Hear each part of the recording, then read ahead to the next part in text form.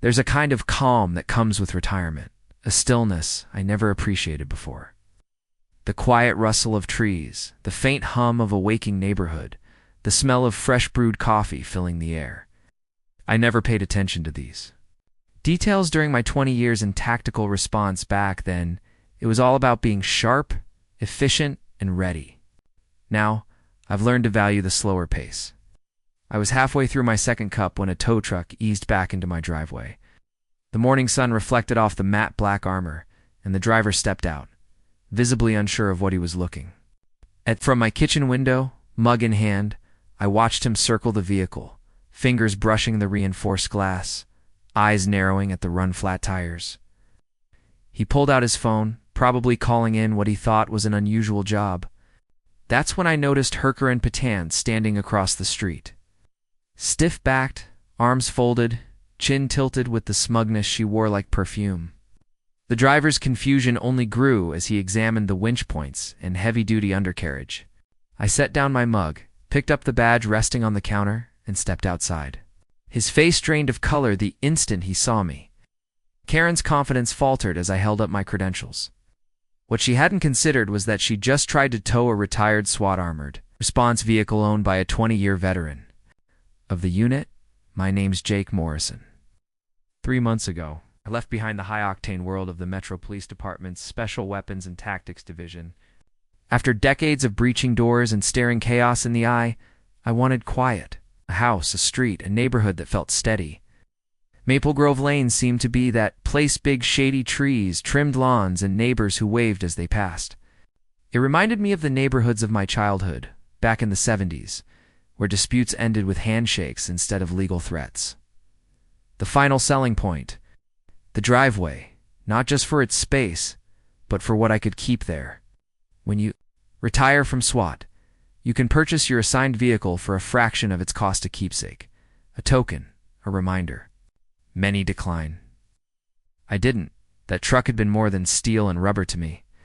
It had been a partner, a shield, a second home through long nights, a Lenco Bearcat. 8 tons of American engineering, fully legal, neatly registered, painted matte black to blend in a little better. At first, the neighbors were curious. Kids loved it. Fathers who'd served or worn the badge themselves came to admire it. For a brief while, I thought peace had finally arrived. Then came Karen. She knocked on my door one Tuesday morning, clipboard in hand, pastel blazer offset by an attitude sharp enough to cut glass. She introduced herself as HOA president, but her gaze kept drifting to the Bearcat parked in my driveway. With a clipped tone, she called it a weapon of war and insisted it didn't belong in a family neighborhood.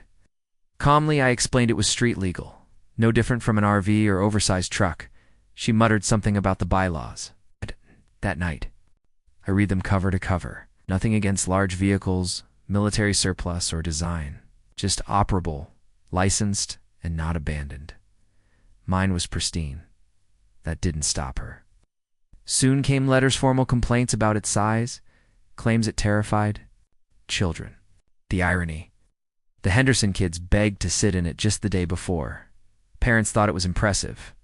Karen, however, began snapping pictures morning, noon, and night. Always hovering near my property line, always documenting like a crime. Investigator. She'd allies two of the board members who shadowed her, nodding at every remark.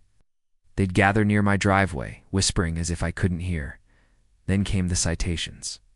Improper parking even though it sat squarely in my driveway. Violation of aesthetics, a non-existent rule. Excessive weight, that one made me laugh, especially considering her husband's diesel truck was heavier. I appealed each one, all dismissed. Even the city inspector laughed at the weight claim, saying RVS outweighed it easily.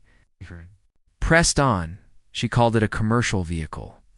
DMV records said otherwise. Then she claimed its armor made it a weapon. My lawyer found that laughable, comparing it to calling airbags bombs. But her boldest move came at dawn one morning. I woke to the growl of a diesel engine. A flatbed from Riverside Towing was backing toward the Bearcat. No call, no warning.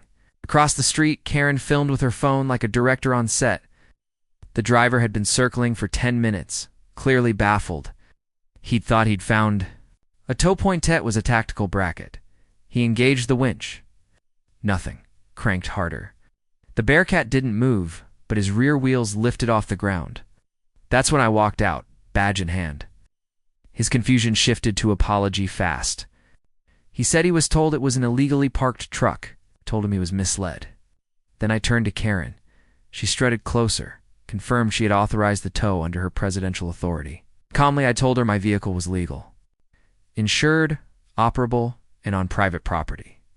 15 minutes later, Officer Janet Rodriguez, whom I'd once trained, arrived. She reviewed my paperwork, nodded, then turned to Karen. What she'd done, Janet explained firmly, bordered on theft and harassment.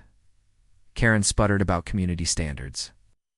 Janet ended it with one line. HOA rules don't override state law. The tow driver inspected his damaged cable and said he'd be billing someone.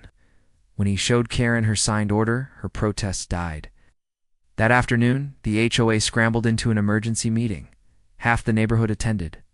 Bob Hutchinson, treasurer, outlined the costs of a lawsuit I could file. Linda Chen, secretary, read through the bogus citations Karen had issued. Then Tom Bradley, usually silent, spoke of her years of bullying. The vote to remove her was unanimous.